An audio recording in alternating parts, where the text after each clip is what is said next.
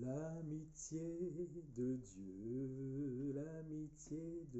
Dieu est pour ceux qui l'aiment. L'amitié de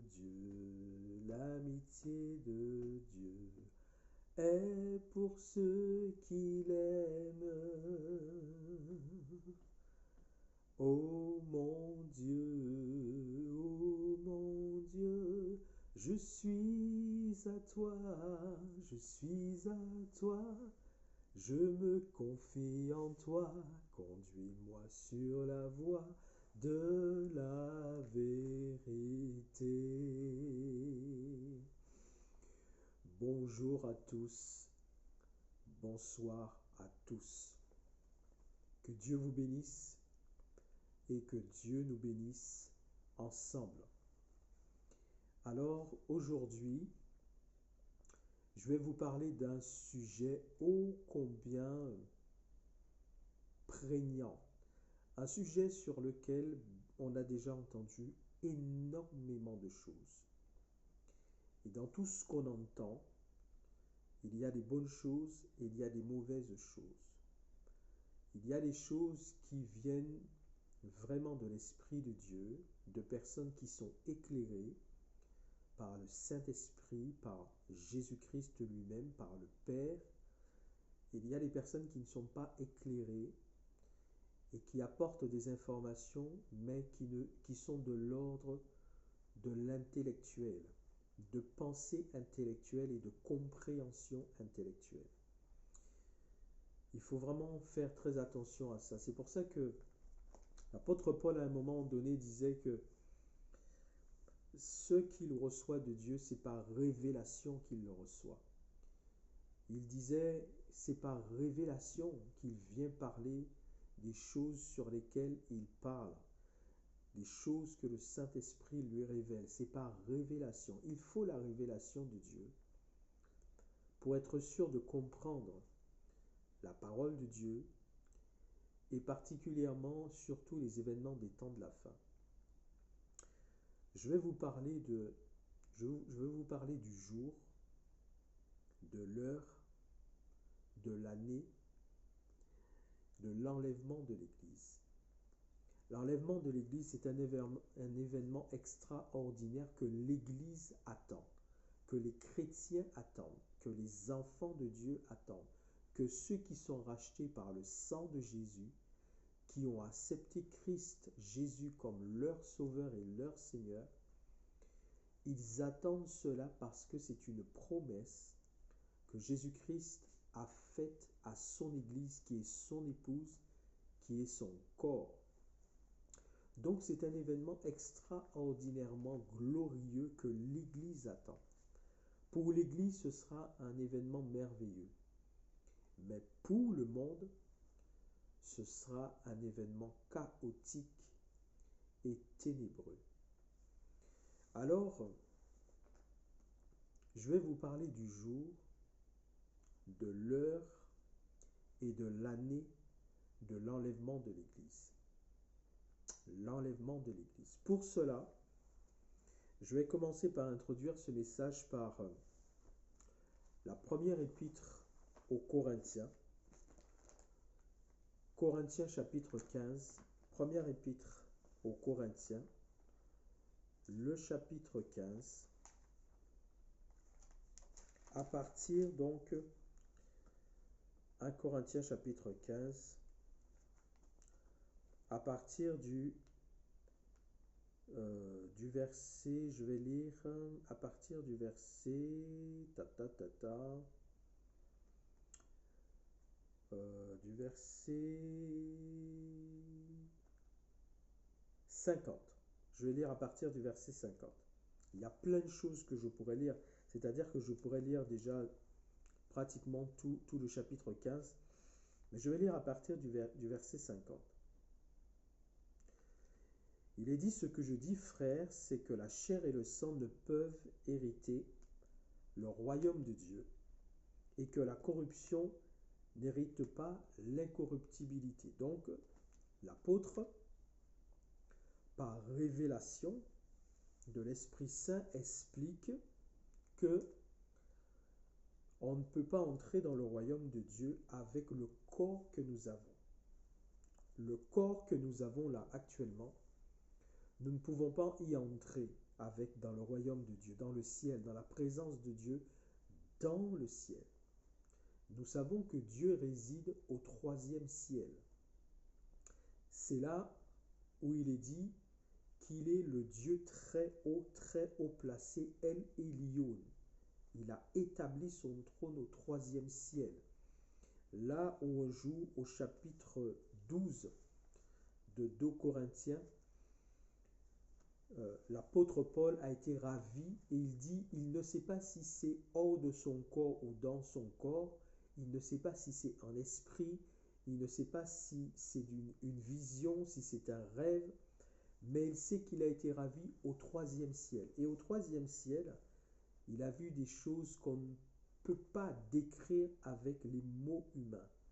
Il parlait du paradis. Il parlait de choses extraordinaires. Il parlait de la présence de Dieu, du royaume de Dieu. Et donc il dit que dans cet état, dans ce niveau spirituel, on ne peut pas y accéder avec la chair et le sang, c'est-à-dire le corps que nous avons actuellement. Le corps que nous avons actuellement, on ne peut pas y accéder dans le royaume de Dieu avec ce corps-là. Il faudra absolument que le corps que nous avons actuellement, qui nous permet de vivre sur la terre, ce corps soit transformé en un corps céleste et glorieux. Et comme il est dit, nous serons comme les anges dans le ciel. Ça, c'est important. Pourquoi j'ai insisté sur ça? C'est pour vous expliquer tout à l'heure quelque chose qui concerne 2 témoins du livre de l'Apocalypse, 2 hommes qui auront une mission particulière pendant 3 ans et demi. Et j'ai entendu un homme de Dieu donner une explication concernant ces 2 hommes et cette explication est une explication intellectuelle et non pas spirituelle. Donc voilà, c'est pour ça que j'insiste sur le fait que ces 2 hommes, accéder au royaume de Dieu n'est pas possible avec la chair et le sang, avec le corps que nous avons actuellement.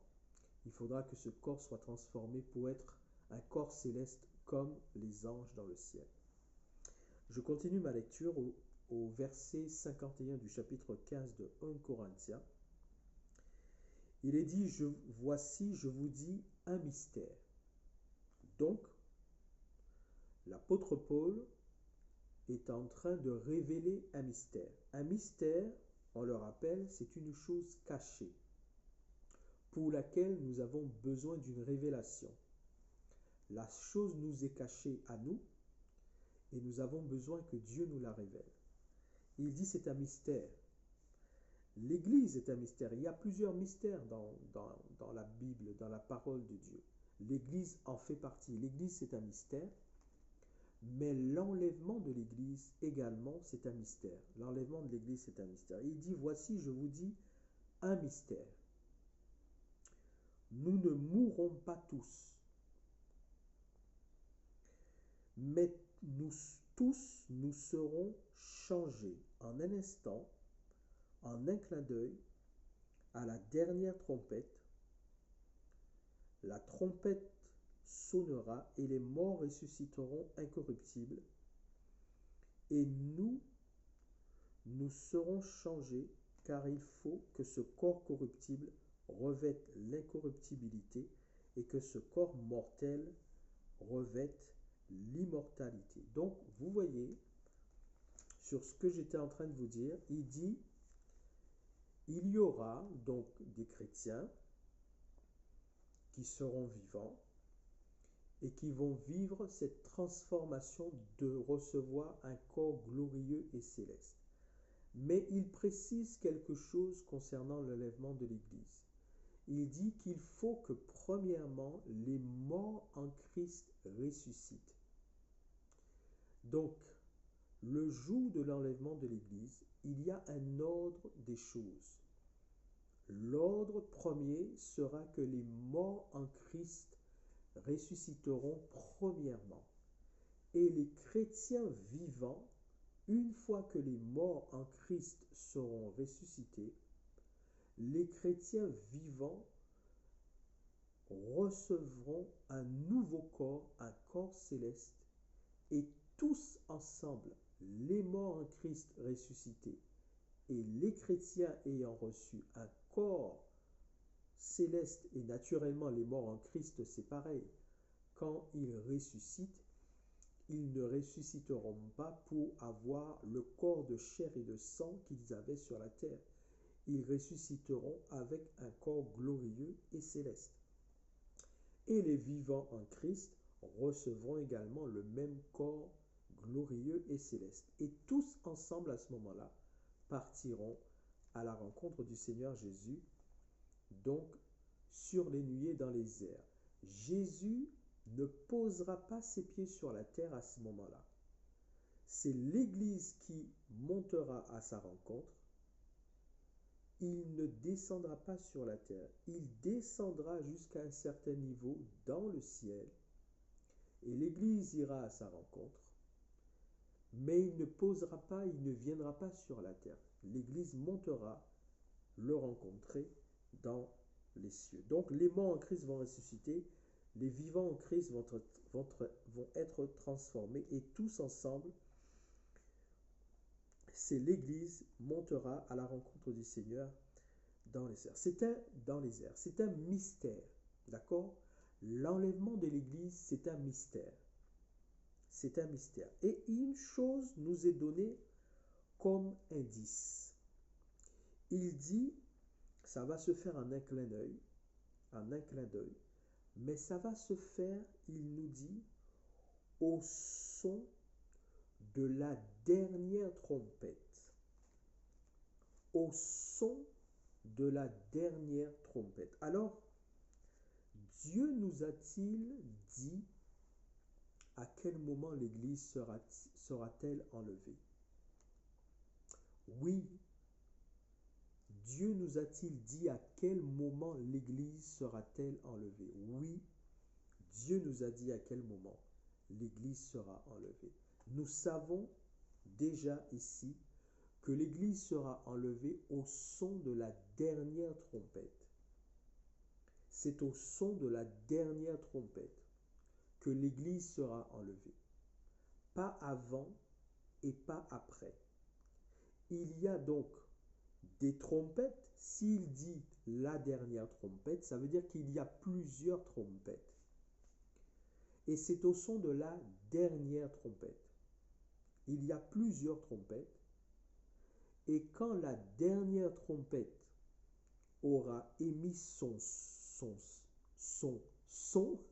son, effectivement, l'Église sera enlevée. C'est au son de la dernière trompette. D'accord? C'est important. Avons-nous la date, le jour et l'heure de l'enlèvement? Avons-nous la date, le jour et l'heure de l'enlèvement? S'il est vrai que nous savons que l'Église sera enlevée au son de la dernière trompette, nous ne pouvons par contre, nous ne pouvons pas dire, je prends un exemple, nous ne pouvons pas dire que l'Église sera enlevée, par exemple, je dis n'importe quoi, le 24 novembre 2024. On ne peut pas le dire. On ne peut pas dire que l'Église sera enlevée le 24 novembre 2024. Ça, Dieu ne nous l'a pas révélé. C'est-à-dire que Dieu, le titre de mon message, c'est le jour, la date, l'heure, l'année de l'enlèvement de l'Église. Et j'ai posé la question en introduction, Dieu nous a-t-il dit à quel moment l'Église sera-t-elle enlevée? Et la réponse est oui. Dieu nous a dit à quel moment l'Église sera enlevée. Mais pour autant, pouvons-nous dire que nous pouvons connaître le jour, la date, l'heure et l'année de cet enlèvement? Eh bien, ça, nous ne pouvons pas le dire. Nous ne pouvons pas dire que ce sera le 24 novembre 2024. Nous ne pouvons pas le dire. Mais quand bien même nous ne pouvons pas le dire, en précisant le jour, la date, l'heure et l'année de l'enlèvement, même si nous ne pouvons pas le dire avec cette précision-là, nous savons à quel moment l'Église sera enlevée. Parce que Dieu nous l'a dit. Dieu nous dit à quel moment l'Église sera enlevée. L'Église sera enlevée au son de la dernière trompette. Donc c'est ce que nous allons découvrir dans le livre de l'Apocalypse. Mais avant de découvrir cela dans le livre de l'Apocalypse, regardez ce que nous dit 1 Thessaloniciens, le chapitre 4, et à partir du verset 1. Je lis pour vous. Nous ne voulons pas, frères, que vous soyez dans l'ignorance au sujet de ceux qui sont décédés, de ceux qui sont morts, afin que vous ne vous affligiez pas comme les autres qui n'ont point d'espérance. D'accord? Et je passe au verset 15. Voici en effet ce que nous vous déclarons d'après la parole du Seigneur. Nous les vivants, restés pour l'avènement du Seigneur. Donc l'avènement du Seigneur, c'est ce qu'on appelle l'enlèvement de l'Église. L'avènement du Seigneur dont parle ici l'apôtre Paul, c'est l'enlèvement de l'Église. C'est Jésus qui vient enlever l'Église. Il est bon de préciser que le retour de Jésus va se faire en deux étapes. Il y a un premier retour qui ne concerne que l'Église. Il y a un premier retour de Jésus. Jésus est venu une première fois en tant que l'homme, le Fils de l'homme, c'est le Dieu qui s'est fait homme, et la parole s'est faite chair, et elle a habité au milieu de nous, au milieu des hommes pleins de grâce. Au commencement était la parole était avec Dieu, la parole était Dieu, la parole s'est faite chair, elle est venue habiter au milieu des hommes. C'est le chapitre 1 de l'évangile de Jean, c'est Jésus, c'est Dieu, la parole se faisant homme, qui est devenu le Fils de l'homme, Jésus. Donc il est venu une première fois.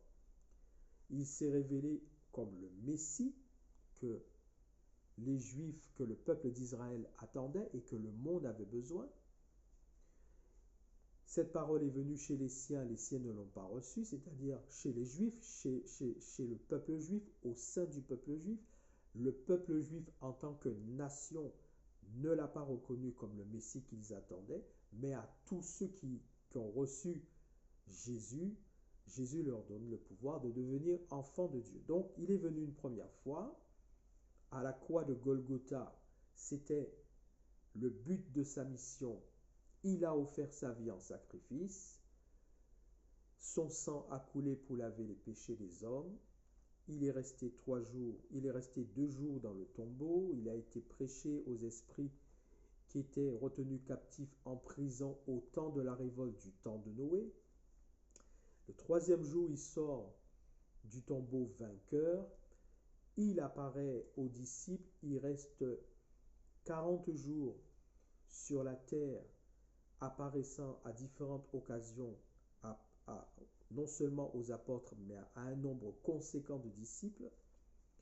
Et il est enlevé, il s'en va dans le ciel. Et au chapitre 1 des Actes des Apôtres, des anges disent aux apôtres et aux disciples qui regardent Jésus partir, le Jésus que vous voyez partir, de la même manière que vous le voyez partir, il reviendra également. Et Jésus même a dit à ses disciples, il s'en va, qu'il s'en irait dans les évangiles, mais que lorsqu'il leur aurait préparé une place dans le royaume de son Père, il reviendrait pour les chercher. Donc, il est venu la première fois, il a accompli tout ça sur la terre. Il est parti, maintenant il est à la droite du Père, sur le trône éternel de gloire. Et il doit revenir. Mais la première fois où il va revenir, cela ne concernera que son Église, que son épouse. Il ne posera pas ses pieds sur la terre, il restera dans le ciel et c'est l'Église qui va monter à sa rencontre. Donc c'est la même chose que ce que nous venons de voir dans 1 Corinthiens chapitre 15, c'est la même chose que nous voyons ici dans 1 Thessaloniciens. Le chapitre 4 et le verset 15 nous dit « Voici en effet ce que nous vous déclarons d'après la parole du Seigneur, nous les vivants, c'est ce qu'on a vu, restez pour l'avènement du Seigneur, c'est-à-dire l'enlèvement de l'Église, le retour de Jésus, nous ne devancerons pas ceux qui sont décédés. » Donc c'est ce qu'on a vu, on ne va pas devancer les morts en Christ. Les morts en Christ ressusciteront premièrement. Et ensuite, les vivants en Christ seront transformés pour aller ensemble donc à la rencontre du Seigneur. Et regardez, on trouve exactement la même information qui a été donnée aux Corinthiens, c'est la même qui est donnée aux Thessaloniciens lorsqu'il dit donc le Seigneur lui-même a un signal donné à la voix d'un archange et au son de la trompette de Dieu descendra du ciel et les morts en Christ ressusciteront premièrement, ensuite nous les vivants qui seront restés, nous serons tous ensemble enlevés avec eux sur des nuées à la rencontre du Seigneur dans les airs et ainsi nous serons toujours avec le Seigneur.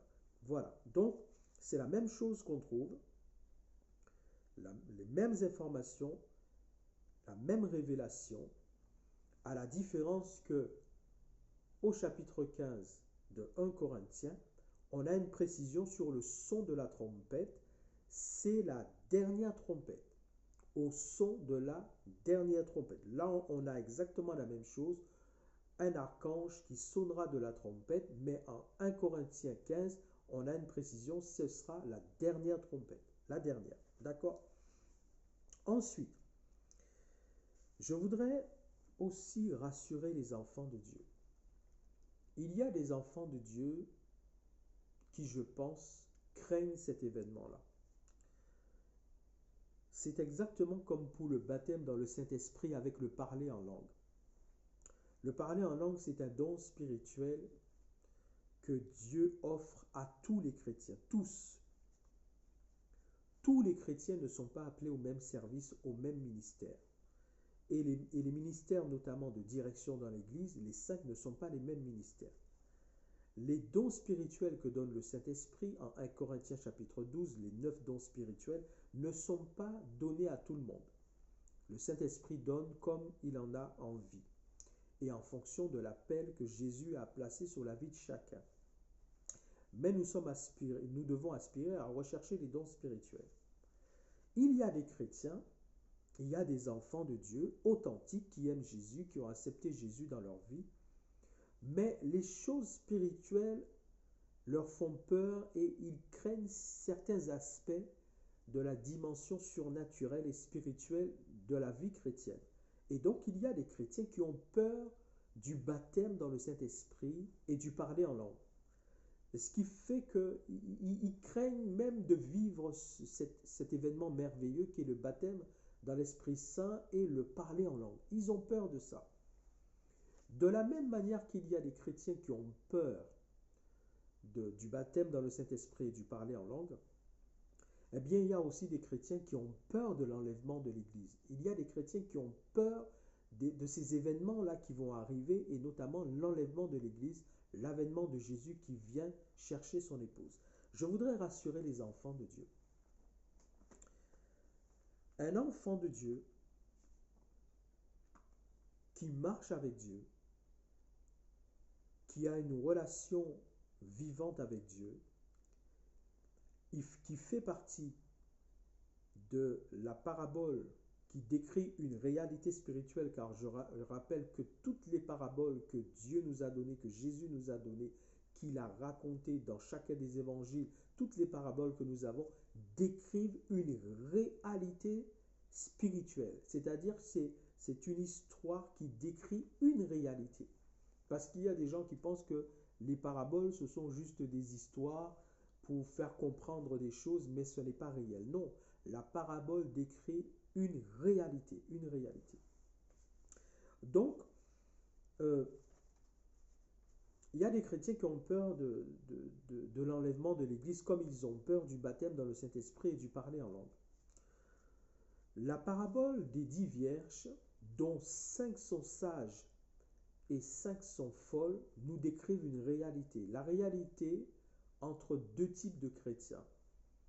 Des chrétiens qui sont spirituellement éveillés et qui demeurent éveillés spirituellement, et des chrétiens qui sont spirituellement endormis.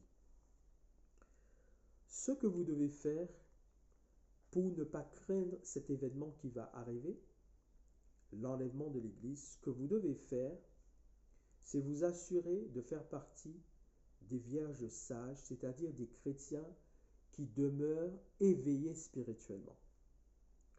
Parce qu'effectivement, par contre, effectivement, si vous faites partie des vierges folles, c'est-à-dire vous êtes chrétien, mais vous êtes spirituellement endormi, alors c'est vrai que là, vous devez craindre. Parce que dans cette parabole qui décrit une réalité de ce qui va se passer, on voit bien que les chrétiens qui seront enlevés, ce sont les chrétiens qui vont rester et qui resteront jusqu'à ce que cet événement se fasse, qui resteront spirituellement éveillés. Quand la voix a dit « Voici l'époux, allez à sa rencontre », seules les vierges sages qui avaient l'huile suffisante pour que leur lampe ne s'éteigne pas, seules les vierges sages ont pu aller à la rencontre de l'époux. L'époux leur a ouvert la porte et elles sont entrées pour aller aux noces de l'époux. Les vierges folles n'avaient pas pris le soin, parce qu'elles étaient spirituellement endormies, elles n'avaient pas pris le soin de tenir leur lampe allumée. Elles n'avaient pas pris le soin d'avoir de l'huile dans leur lampe pour que leur lampe ne s'éteigne pas. Ça veut dire que spirituellement, elles étaient endormies. Et quand l'époux est arrivé, elles n'ont pas pu aller à sa rencontre.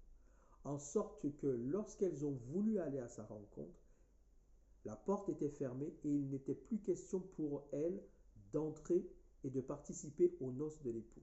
C'est important ça. Donc,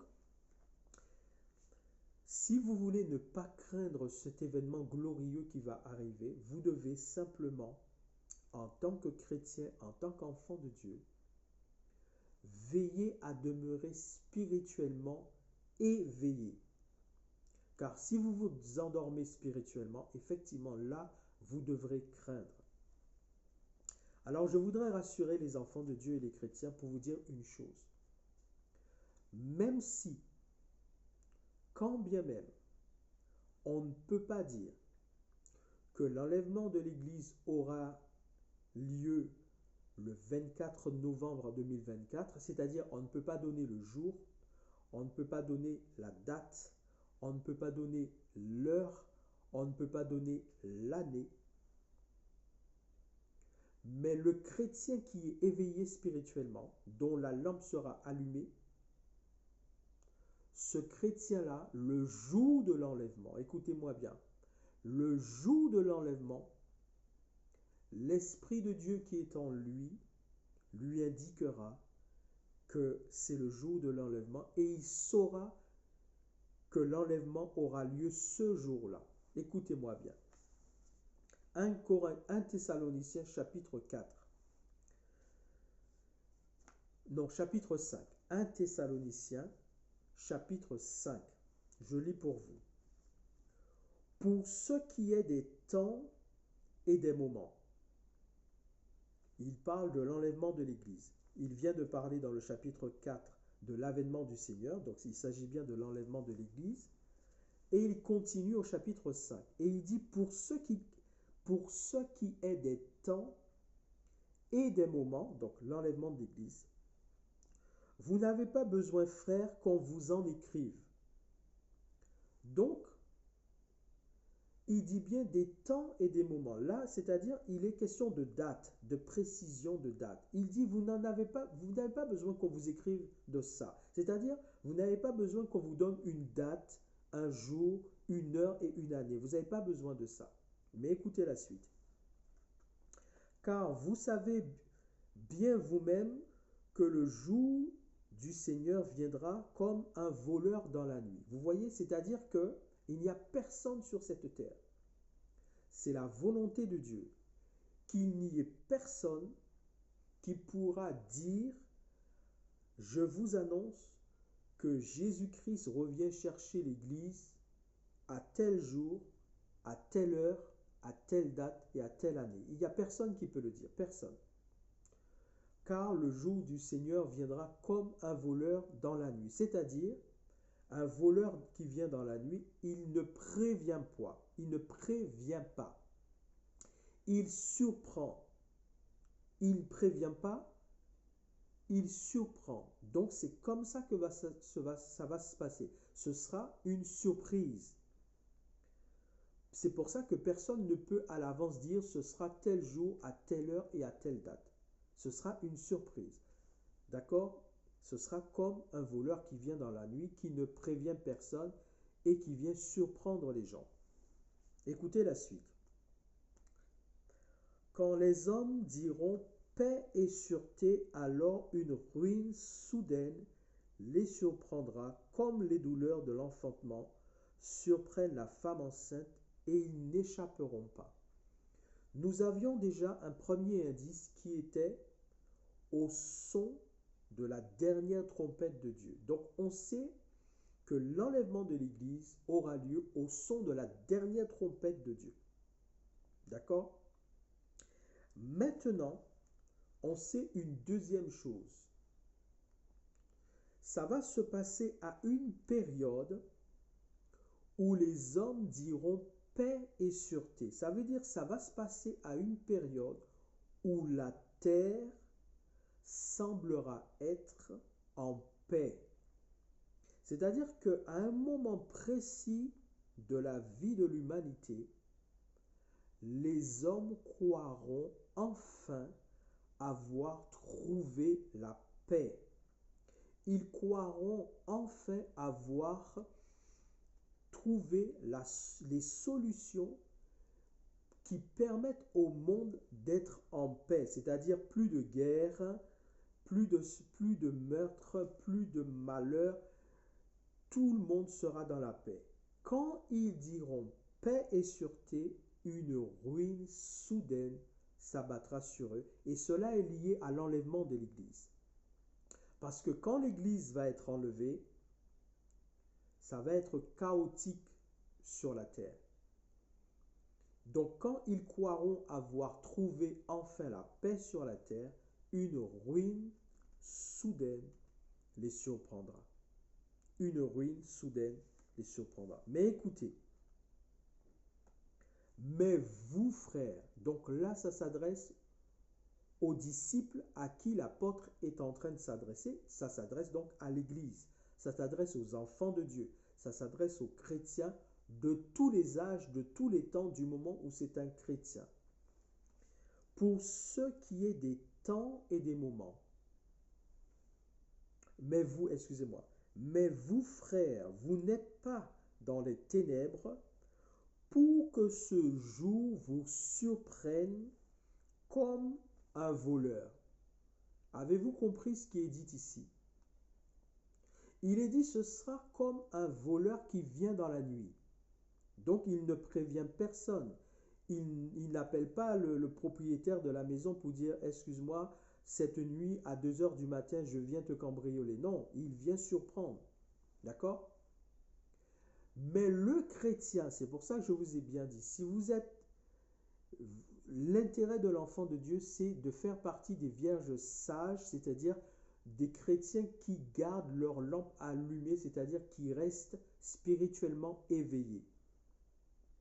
Mais vous, frères, tous les chrétiens qui restent éveillés, qui gardent leur lampe allumée, qui mènent une vie chrétienne où ils gardent une relation avec Dieu qui fait que dans la manière de maintenir leur relation avec Dieu, ils font partie des vierges sages, des chrétiens qui demeurent spirituellement éveillés. Vous, frères, vous n'êtes pas dans les ténèbres pour que ce jour vous surprenne comme un voleur. Ça veut dire que le chrétien qui spirituellement est éveillé ne sera pas surpris. C'est ce que je vous disais, c'est-à-dire le chrétien qui demeure dans une vie spirituelle où il est spirituellement éveillé, le jour de l'enlèvement de l'Église, il le saura. Vous comprenez? Je ne sais pas pourquoi il y a cette lumière qui clignote. Il y a une lumière qui clignote, c'est là. Bon, c'est pas grave, c'est pas important. Le jour de l'enlèvement de l'Église, le chrétien qui a une relation avec Dieu, qui le maintient spirituellement éveillé, il saura que c'est le jour de l'enlèvement de l'Église. Et ce jour-là, en fait, il aura en lui comme une alarme que le Saint-Esprit lui communiquera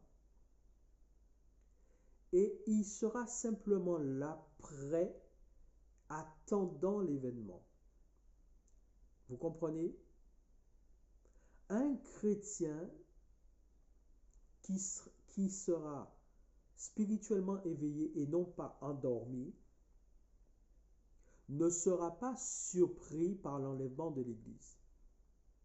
La surprise concernera non seulement le monde qui ne connaît pas Jésus, qui n'a pas Jésus dans sa vie comme sauveur et seigneur de sa vie, toute personne n'ayant pas reçu Jésus dans sa vie, ce sera la surprise pour ces personnes-là. Et ce sera aussi la surprise pour les chrétiens spirituellement endormis, qui sont identifiés comme les vierges folles. Ce sera donc la surprise pour ce type de chrétien et pour le monde, mais pas pour le chrétien qui sera spirituellement éveillé. Lui, il ne sera pas surpris le jour de l'enlèvement de l'Église. C'est pour ça que même si le chrétien ne peut pas savoir le jour, l'heure, la date et l'année, mais quand ce jour-là sera venu, le chrétien qui sera vivant, quand ce jour-là sera venu,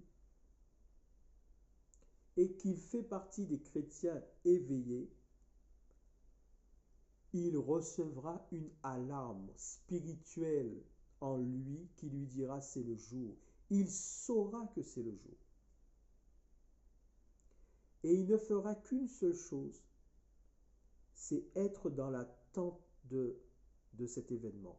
Donc ce qui fait qu'il ne sera pas dissipé, il ne se laissera pas, il ne sera pas donc dans des choses pour l'éloigner de Dieu, pour le couper justement de cet événement. Comme il saura en lui-même que c'est le jour, ça y est, le jour est là. Vous, frères, vous n'êtes pas dans les ténèbres pour que ce jour vous surprenne. Ce jour ne vous surprendra pas si vous êtes un enfant de Dieu éveillé spirituellement, qui marchez, qui demeurez avec votre lampe spirituelle allumée. Ce jour-là ne vous surprendra pas. Vous n'êtes pas dans les ténèbres pour que ce jour vous surprenne. Vous ne serez pas surpris.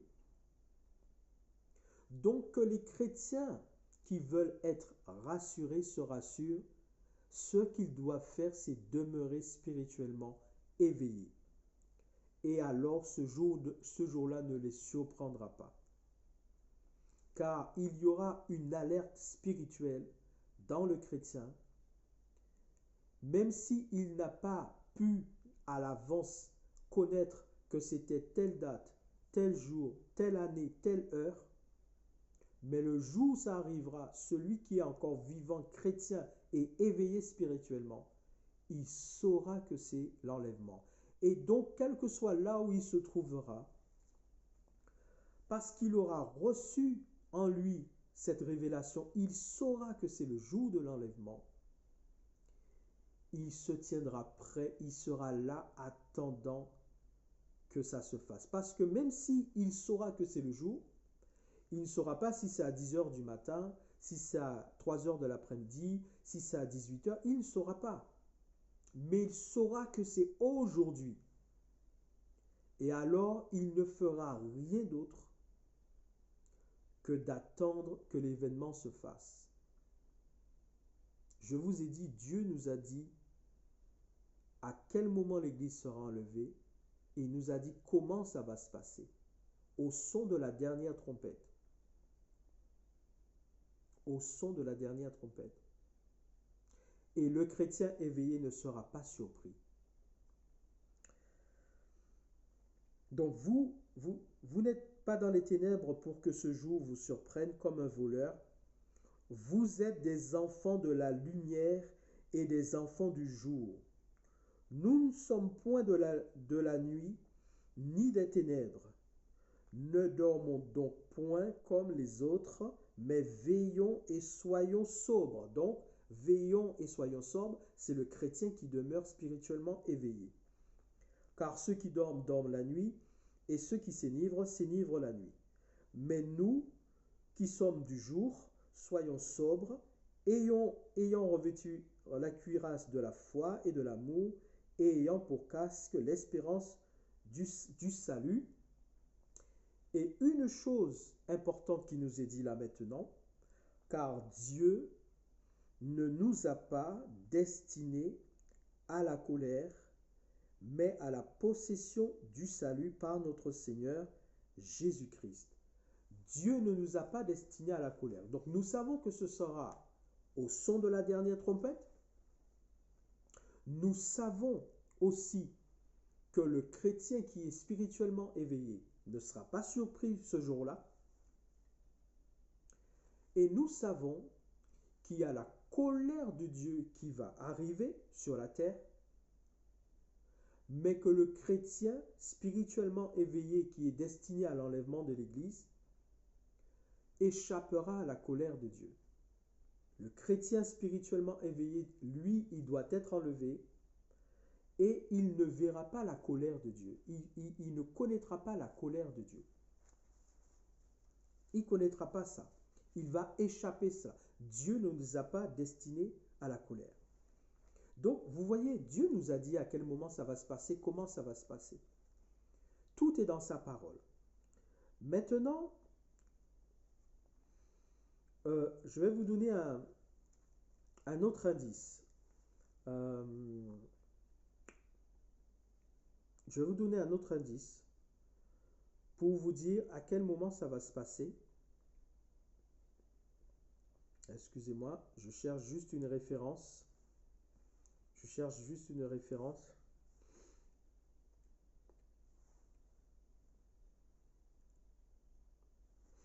Je regarde, je vérifie quelque chose juste. Je cherche juste une référence à vous donner. Oui, alors, je l'ai trouvé. Il y a certains événements qui doivent se passer sur la terre avant que l'Église ne soit enlevée. Obligatoirement. Et tant que ces événements-là ne seront pas passés, ne seront pas arrivés, n'auront pas trouvé leur exécution, leur accomplissement, il n'y aura pas d'enlèvement de l'Église. Voici un événement que nous sommes obligés, c'est-à-dire tant que nous sommes vivants sur la terre, nous sommes obligés de voir avant l'enlèvement de l'Église. Je le lis pour vous en 2 Thessaloniciens, à partir du chapitre 2. 2 Thessaloniciens, chapitre 2. Pour ce qui concerne l'avènement de notre Seigneur Jésus-Christ et notre réunion avec lui. Donc il s'agit encore bien de l'enlèvement de l'Église, l'avènement du Seigneur Jésus, notre réunion avec lui, c'est-à-dire le fait que l'Église aille à la rencontre de Jésus sur les nuées, dans les airs, dans le ciel. Donc, nous vous prions, frères, de ne pas vous laisser facilement ébranler dans votre bon sens et de ne pas vous laisser troubler, soit par quelque inspiration, soit par une parole ou par une lettre qui semblerait venir de nous, comme si le jour du Seigneur était déjà là. Parce que certaines personnes, depuis l'époque même des apôtres et de l'Église primitive, disaient que l'enlèvement de l'Église avait déjà eu lieu. Donc, regardez bien ce qu'il est dit. Que personne ne vous séduise d'aucune manière. Donc, il y a beaucoup de séductions qui arrivent, qui vont arriver pour tromper les gens, mais que personne ne vous séduise d'aucune manière. Car il faut que l'apostasie soit arrivée auparavant. L'apostasie, on la voit déjà. Elle est là. Elle concerne la foi chrétienne. Elle concerne le monde chrétien qui s'éloigne de la foi chrétienne par toutes sortes de choses immondes, d'hérésie. Et ça se fait déjà. Dans le mouvement chrétien, on voit des choses abominables. Je vous dis vraiment abominables. Il y en a dans le monde chrétien des choses abominables qu'on dit être de la foi chrétienne et qui sont des choses abominables, des choses vraiment abominables. Donc, l'apostasie est déjà là. Il faut que soit arrivé auparavant l'apostasie. Et écoutez bien, et qu'on ait vu paraître l'homme impie, le fils de la perdition, l'adversaire qui s'élève au-dessus de tout ce qu'on appelle Dieu ou de ce qu'on adore. Il va jusqu'à s'asseoir dans le temple de Dieu, se proclamant lui-même Dieu. Donc, il y a un impie, l'homme de la perdition, qui doit obligatoirement se présenter au monde. Tant qu'il ne se sera pas présenté au monde, sur le devant de la scène mondiale internationale, il n'y aura pas l'enlèvement de l'Église. Nous n'avons pas encore vu cet homme. Il est déjà là. Il est bien vivant, il est bien réel et c'est un homme. Il est déjà là. C'est juste qu'il se tient encore dans sa cachette.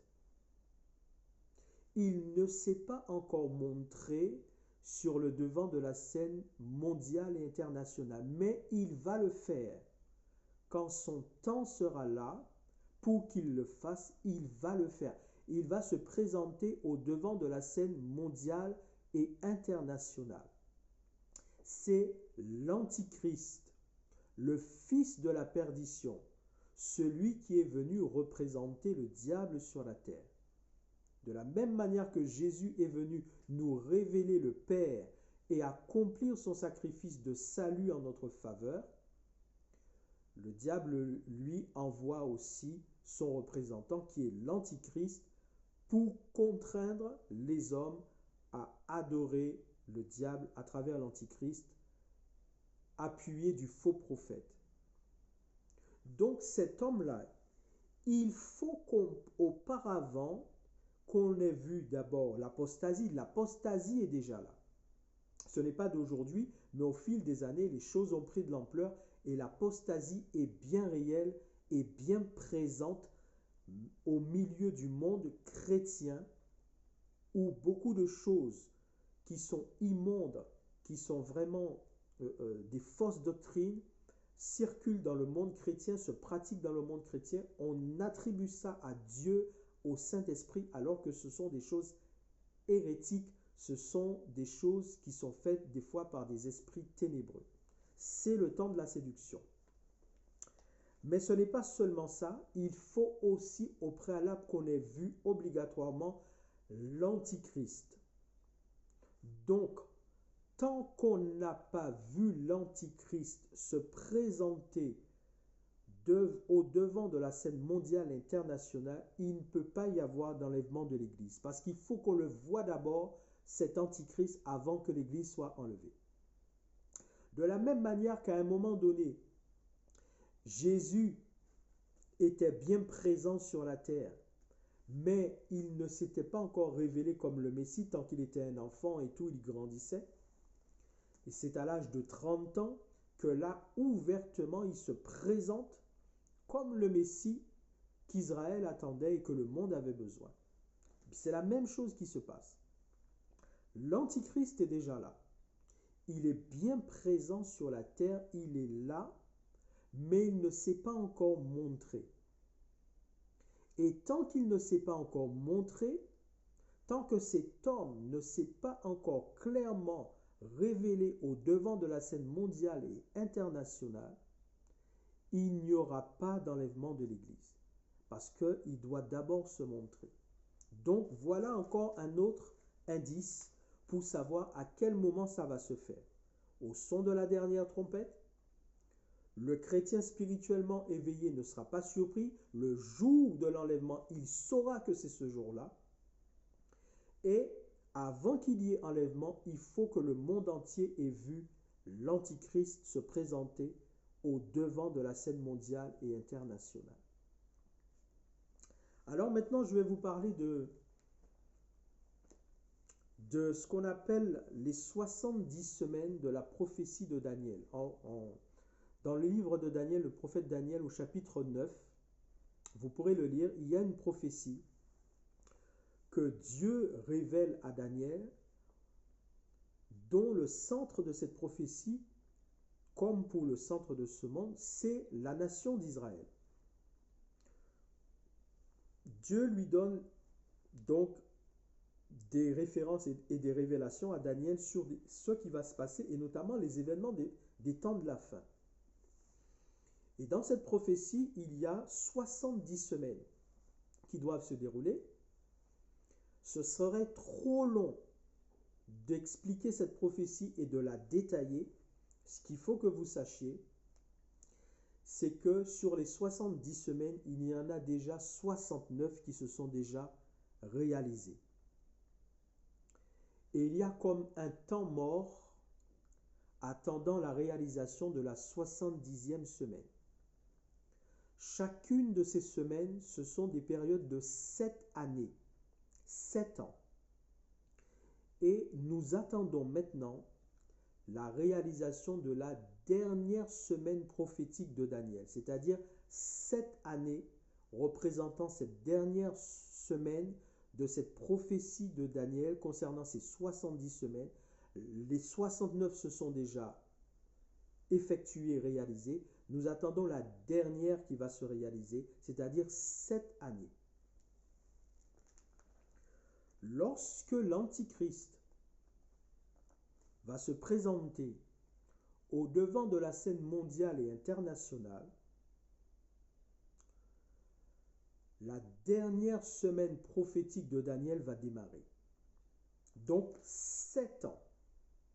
Le jour où l'Antichrist, qui va apparaître sur le devant de la scène mondiale et internationale comme l'homme providentiel qui va venir apporter au monde les solutions dans tous les domaines, politiques, économiques, spirituels, tous les domaines qu'on peut imaginer qui font fonctionner la société, les accords entre les pays, les coordinations entre les différentes structures mondiales et tout. Cet homme va venir comme l'homme providentiel qui a la solution, l'intelligence, l'aura nécessaire pour coordonner tout, pour fédérer tout ça, pour faire que le monde puisse enfin connaître la paix. Quand il va apparaître sur le devant de la scène mondiale et internationale, va débuter à ce moment-là la dernière semaine prophétique de la prophétie de Daniel, c'est-à-dire 7 ans. Ça veut dire également, puisqu'il se sera présenté au devant de la scène mondiale et que tous les chrétiens vivants à ce moment-là auront vu cet homme-là, eh bien à ce moment-là, le compte à rebours de l'enlèvement de l'Église démarrera effectivement. À partir du moment où on l'aura vu, on saura que c'est lui. On saura également que le compte à rebours de l'enlèvement de l'Église a commencé. Maintenant, ce qu'il faut savoir concernant cette dernière semaine prophétique de Daniel, c'est qu'elle est scindée en deux moitiés. Deux moitiés de 3 ans et demi. 3 ans et demi, 3 ans et demi, les deux ensemble, ça fait les 7 ans. Il faut savoir que pendant la première moitié de ces 7 ans, donc pendant la première moitié, les premiers 3 ans et demi, cet antichrist-là, justement, va signer des accords de paix pour que le monde soit dans la paix. Et en ce qui concerne les accords de paix, notamment, il va faire une alliance avec le peuple d'Israël, avec la nation juive. Et cette nation juive, en tant que nation, je parle bien de la nation, je ne parle pas de tous les juifs qui reçoivent Jésus dans leur vie comme sauveur et Seigneur et qui font partie de l'Église. Je parle de la nation en tant que nation juive qui n'a pas reçu Jésus et qui attendent jusqu'à ce jour Jésus. Ils croiront que c'est le Messie qu'ils attendaient. D'autant plus que l'Antichrist va faire une alliance de paix avec Israël et avec le monde entier. Il va réussir à faire en sorte de présenter au monde la paix, mais on sait bien que ce sera une fausse paix, une pseudo-paix, car celui seul qui peut donner la paix, c'est Jésus-Christ. Il est le chemin, la vérité, il est le chemin, la vérité, il est la vie, mais il est aussi la paix. C'est lui la véritable paix, comme il nous dit, je vous donne la paix, je vous donne ma paix. C'est lui qui seul peut donner la véritable paix. Donc ce n'est pas l'Antichrist qui pourra donner au monde la paix. Ce sera une pseudo-paix. Mais comme il va se présenter comme un homme providentiel, intelligent, ayant de grandes connaissances et pouvant trouver comment faire pour que le monde soit en paix, Israël croira enfin que c'est le Messie tant attendu parce que justement, il faut savoir qu'à ce moment-là, il y aura aussi le faux prophète avec l'Antichrist. Le faux prophète, ce sera le représentant de la religion mondiale parce qu'il y aura une religion mondiale à ce moment-là avec un faux prophète à sa tête qui aura de grands pouvoirs de la part du diable en totale coordination avec l'Antichrist, qui lui-même aura de grands pouvoirs de la part du diable. Ce sera un homme qui sera adulé dans le monde, et de par l'aura qu'il aura, et toutes les manifestations maléfiques, mais déguisées sous forme de prodiges extraordinaires qu'il fera, eh bien le monde entier sera en train de l'aduler, et Israël croira que c'est enfin le Messie qu'ils attendaient depuis tous ces siècles-là, parce que c'est de cette manière qu'ils ont toujours imaginé le Messie. Alors que Jésus, en Ésaïe 52-53, est venu comme une faible plante. Il a une faible plante qui pousse dans une terre désertique qui n'a pas d'eau, qui n'a pas les circonstances nécessaires pour être une belle plante qui s'élèverait de manière majestueuse. Non, une plante toute rabougrie, chétive. Il n'avait rien pour nous plaire.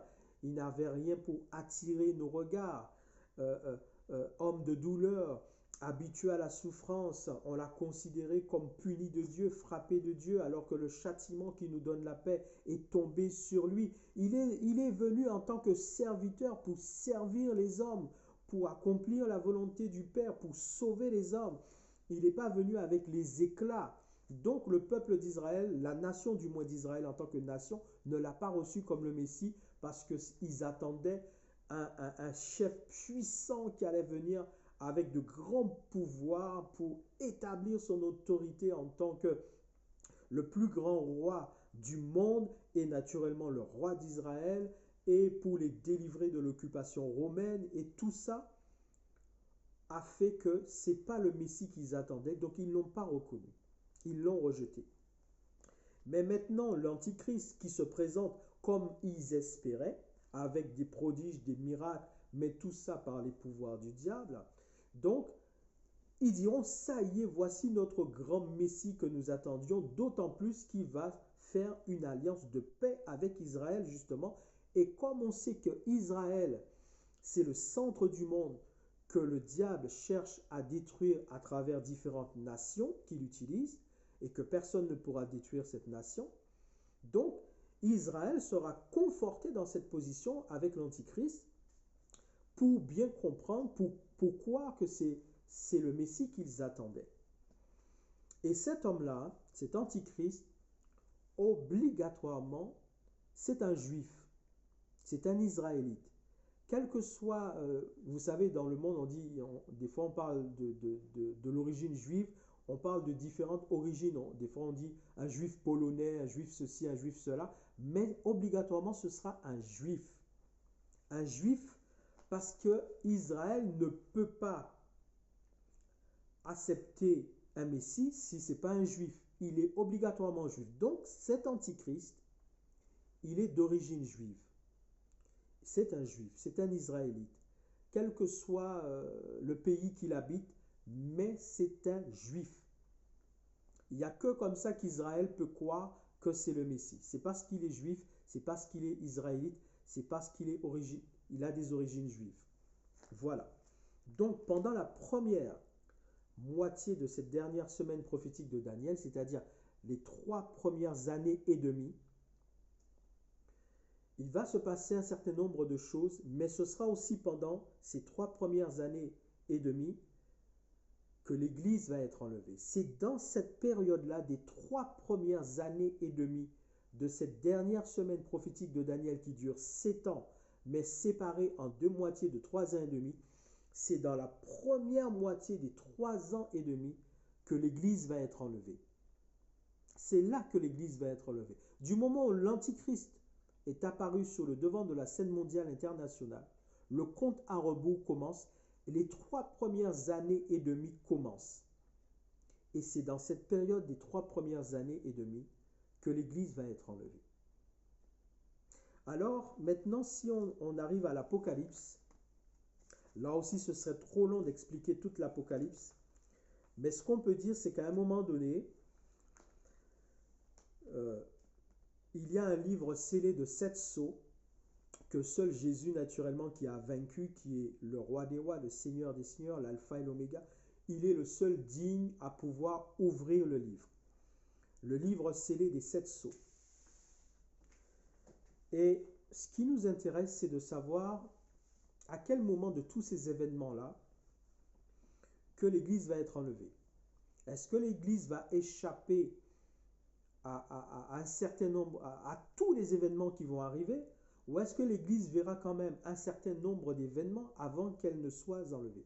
Écoutez, à partir du chapitre 6, donc le livre est scellé de 7 sceaux. À partir du chapitre 6, les 6 premiers sceaux vont être ouverts. Et à chaque ouverture d'un sceau, il se passe quelque chose. Un événement qui arrive sur la terre, un jugement de Dieu, quelque chose qui arrive, qui tombe sur la terre, qui frappe la terre à chaque ouverture des sceaux. Donc, les 6 premiers vont être ouverts. Écoutez bien. Quand on arrive à l'ouverture du 5e sceau, donc on a eu l'ouverture, on ne peut pas donner tous les détails, ce serait trop long. Je vois que ma vidéo est déjà à 1 heure de temps. Soit que je vais l'arrêter et je vais la continuer, peut-être qu'elle sera trop longue, je pense qu'elle sera trop longue. Il faudrait peut-être que je l'arrête là et que je continue. Je pense que c'est ce que je vais faire, mais je vais juste vous donner des premiers éléments. On a l'ouverture d'un sceau, le premier, le deuxième, le troisième, le quatrième. Regardez bien ce qui se passe. On arrive à l'ouverture du 5e sceau, le 5e. Quand il ouvrit, donc je suis au chapitre 6 de l'Apocalypse au verset 9. Quand il ouvrit le 5e sceau, je vis sous l'autel les âmes de ceux qui avaient été immolés à cause de la parole de Dieu et à cause du témoignage qu'ils avaient rendu. À l'ouverture du 5e sceau, ça veut dire qu'il y a déjà 4 sceaux qui ont été ouverts, et vous pourrez les lire vous-même au chapitre 6 de l'Apocalypse. À chaque fois qu'il y a l'ouverture d'un sceau, il se passe quelque chose sur la terre. Donc il y en a déjà 4. On arrive au 5e. Quand le 5e est ouvert, c'est l'apôtre Jean donc, qui a cette vision, cette révélation. Il voit sous l'autel les âmes de ceux qui avaient été immolés à cause de la parole de Dieu et à cause du témoignage qu'ils avaient rendu. Écoutez bien ce qu'ils disent. Ils crièrent d'une voix forte en disant jusque à quand, Maître saint et véritable, tarderas-tu à juger et à tirer vengeance de notre sang sur les habitants de la terre? Une robe blanche fut donnée à chacun d'eux, et il leur fut dit de se tenir en repos quelque temps encore, jusqu'à ce que soit complet le nombre de leurs compagnons de service et de leurs frères qui devaient être mis à mort comme eux. J'explique cela et je vais m'arrêter là. La vidéo elle sera vraiment trop longue, elle fait déjà plus d'1 heure de temps. Je vais faire une deuxième partie pour continuer. Donc je vais finir sur cette explication et je ferai une deuxième vidéo pour la suite. Écoutez, ce qu'ils voient, ce sont les âmes, donc les personnes décédées qui sont des serviteurs de Dieu, des serviteurs de Christ, qui ont été mis à mort par rapport à leur témoignage quand ils étaient chrétiens sur la terre, quand ils étaient vivants, quand ils servaient Dieu. À cause de leur témoignage, on les a mis à mort. Certains ont été décapités, certains ont été écartelés, certains ont été percés. On les a tués, on les a massacrés, quel que soit. Ils sont morts, ils sont là. Et ils disent à Dieu, ils disent au Seigneur Jésus, mais jusque à quand, Seigneur, tarderas-tu à tirer vengeance de notre sang sur les habitants de la terre? Regardez ce que Dieu leur dit. Dieu leur dit, ils reçoivent une robe blanche, et Dieu leur dit, donc, il faut vous tenir en repos encore quelque temps, jusqu'à ce que soit complet le nombre de vos compagnons de service et de vos frères qui doivent être eux aussi mis à mort. C'est-à-dire qu'au moment où le 5e sceau s'ouvre, il y a eu déjà les 4 premiers avec des événements qui sont arrivés sur la terre. À l'ouverture du 5e sceau, les morts en Christ ne sont pas encore ressuscités. Parce qu'on leur dit, ils doivent encore attendre jusqu'à ce que le nombre de leurs compagnons de service qui sont encore vivants sur la terre et qui sont encore au service de Dieu soient eux aussi mis à mort. C'est ça qui est en train d'être dit là. Donc les morts en Christ ne sont pas encore ressuscités, car souvenez-vous que la première chose qui va se passer par rapport à l'enlèvement de l'Église, il faut d'abord que les morts en Christ ressuscitent. Il faut que les morts en Christ ressuscitent. Ensuite, les vivants en Christ vont être transformés et tous ensemble, ils vont partir à la rencontre de Jésus sur les nuées dans les airs. Mais regardez, à l'ouverture du 5e sceau, les morts en Christ ne sont pas encore ressuscités et doivent encore attendre jusqu'à ce que tous ceux qui servent Dieu et qui sont en mission sur la terre doivent être mis à mort. Donc ça veut dire qu'il n'y a pas encore d'enlèvement de l'Église à l'ouverture du 5e sceau, alors qu'il y a déjà eu l'ouverture des 4 premiers sceaux, et à chaque ouverture d'un sceau, il se passe quelque chose que vous allez pouvoir lire vous-même dans votre Bible au chapitre 6 de l'Apocalypse. Je m'arrête là parce que la vidéo elle sera trop longue. Je vais la continuer pour vous dire la suite. Dieu nous a-t-il dit à quel moment l'Église sera-t-elle enlevée? Oui, Dieu nous l'a dit. Pouvons-nous dire le jour, la date, l'heure et l'année? Non, nous ne pouvons pas le dire. Saurons-nous à quel moment ça va se passer? Oui, on le saura si on est un chrétien spirituellement éveillé. Ce jour-là, on recevra une alerte et on saura que c'est le jour de l'enlèvement de l'Église. Je continuerai pour vous expliquer la suite. Que Dieu vous bénisse, que Dieu nous bénisse ensemble. Vous avez compris, notre intérêt à tous, c'est de faire partie des vierges sages, des chrétiens qui demeurent spirituellement éveillés. Que Dieu vous bénisse et à très bientôt.